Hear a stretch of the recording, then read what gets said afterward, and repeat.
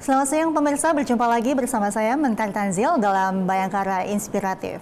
Seperti biasa, selama 1 jam ke depan, kami akan menghadirkan sosok anggota Polri yang menginspirasi, memiliki prestasi, dan tentunya membanggakan institusi Polri.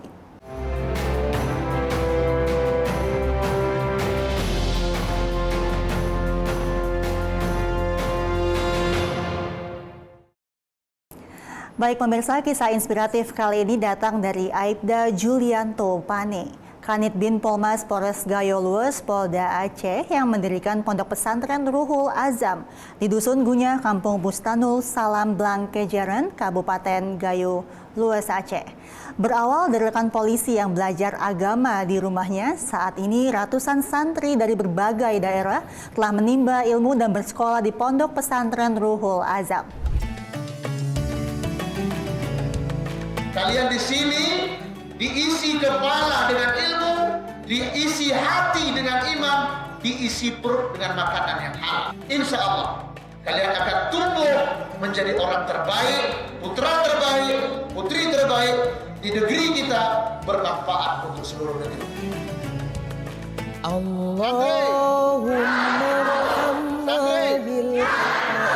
Semakin menunjukkan kesiapan kita untuk menjalankan aktivitas kita pada hari ini. Bribka Julianto Pane, prajurit Bayangkara yang bertugas di Satuan Binmas Polres Gayo Lues, merupakan seorang tokoh ulama berpengaruh dan juga sangat disegani di kabupaten ini. Atas izin Allah dan bantuan dari personel Polres Gayo Lues serta masyarakat setempat, Bribka Julianto Pane mendirikan tempat pendidikan agama Islam dan menjadi pemimpin dengan gelar Syekh Sultan Buddha Hanekan Pane di pesantren Ruhul Azam. Pesantren Ruhul Azam ini berdiri pada tahun di awal pembangunannya 2008, resmi pada 2009. Di awal sekali pesantren Ruhul Azam ini, kawan-kawan daripada Polres Gayo Lues mengikuti pengajian bersama kita, belajar mengaji baik fikih maupun tauhid sekaligus dengan pengajian tasawuf. Di awal sekali pembangunan kita di sini bersama jamaah yang dari anggota kepolisian terus melakukan pengajian zikir yang akhirnya masyarakat ikut serta antusias, berpartisipasi bahkan mengikuti kajian-kajian kita. Sehingga pada saat itu di awal sekali kita membangun rumah suluk yang di atas. Itu rumah suluk pertama dengan bahan baku ijuk dan bambu dengan tiang kayu. Tengkudu di sini masuk dakwah dia Pak kemari itu sangat jauh Pak. Kalau perjudian, perkumpulan yang tidak dibenarkan pemerintah itu sangat menjauh Pak selama Pak Julianto Pane datang ke tempat kami. Pendidikan di Kabupaten Gayo Lues selama ini sudah bagus. Tapi sejak berdirinya Pesantren Ruhul Azam, menurut pantauan kami sebagai pengurus PGRI, sangat luar biasa. Apalagi di bidang keagamaan, pendidikan agama Islam di Kabupaten Gayo Lues.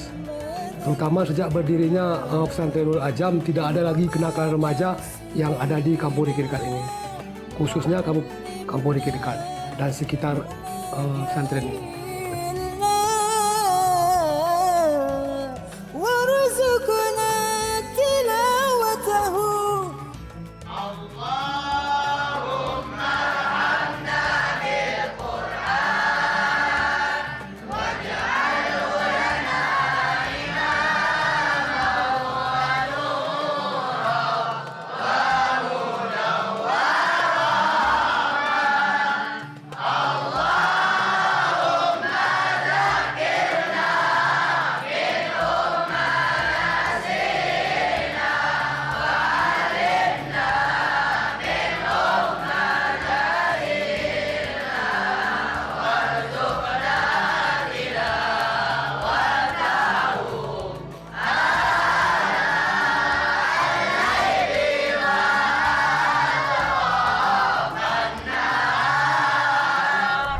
Dan pemirsa, untuk mengetahui bagaimana kisah Aibda Julianto Pane, Kanit Bin Polmas Polres Gayo Lues, Polda Aceh untuk mendirikan Pondok Pesantren Ruhul Azam dengan ratusan santri yang menuntut ilmu dari berbagai daerah. Saat ini kita telah hadir langsung Aibda Julianto Pane di studio Polri TV. Selamat siang, Pak. Saya izin panggil Pak Pane. Ustadz Pani juga boleh. Ustadz Pani. Iya. Baik, Ustadz Pani, terima kasih Ustadz telah hadir di studio Polri TV dan berbincang langsung bersama kami. Insya Allah sama-sama Bu. Mudah-mudahan terbaik insya Allah.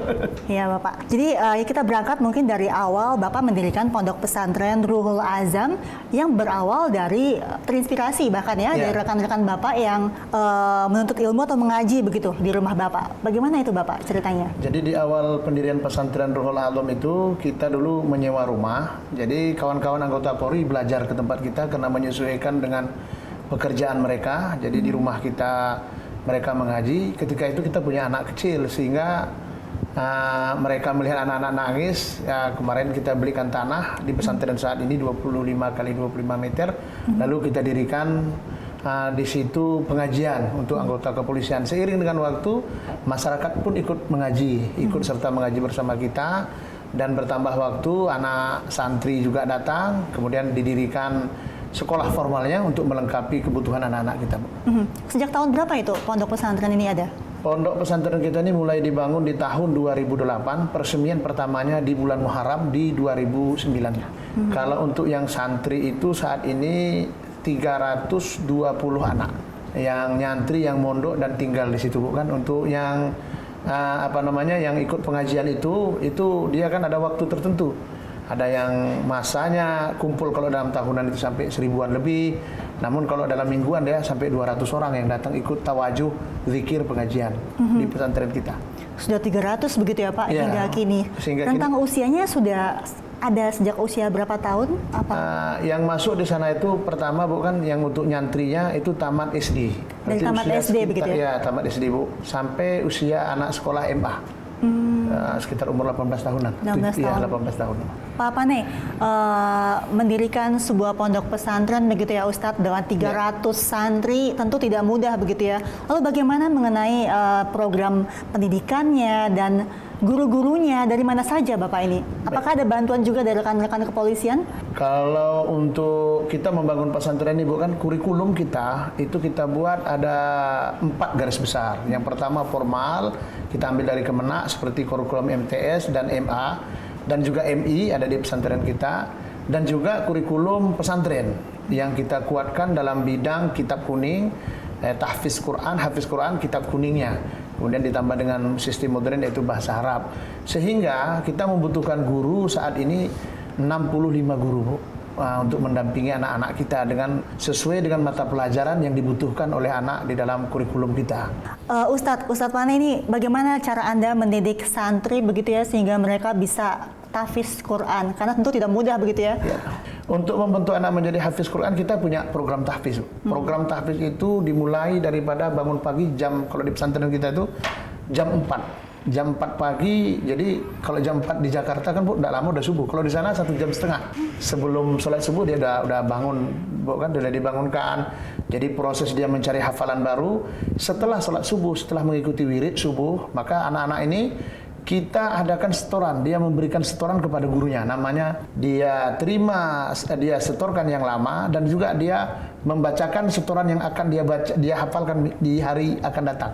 Jadi yang pertama dia punya target. Kalau kita sana punya target dalam 1 minggu 1 halaman, Bu. Karena cuma 3 juz dalam satu semester. Maka itu anak-anak itu setiap ujian kayak inilah 2 minggu dia masuk. Anak-anak itu nanti dia mengulang hafalan yang pernah dia hafal. Nanti harian anak-anak itu ada murojaah, ada dia nanti mengambil hafalan baru, sabak namanya istilahnya, ada sabki, mengulang hafalan lamanya. Ini kita terapkan di pesantren kita dalam mencapai target hafalan anak. Lalu ini kan dari pondok pesantrennya Ustadz Pane ini, selain religi, apakah ada subjek pembelajaran lain? Di pesantren Ruhul Azam itu dia samping ada pelajaran keagamaan seperti kitab kuning, hafiz Quran, juga sekolah, juga ada ekstrakurikuler. Dan juga anak-anak kita didik kemandirian, Bu. Ada kadang-kadang kita ajarkan bagaimana beternak sapi, bagaimana pertanian, supaya nanti kenyataan hidup di lapangan itu bisa dia rasakan dari awal kan.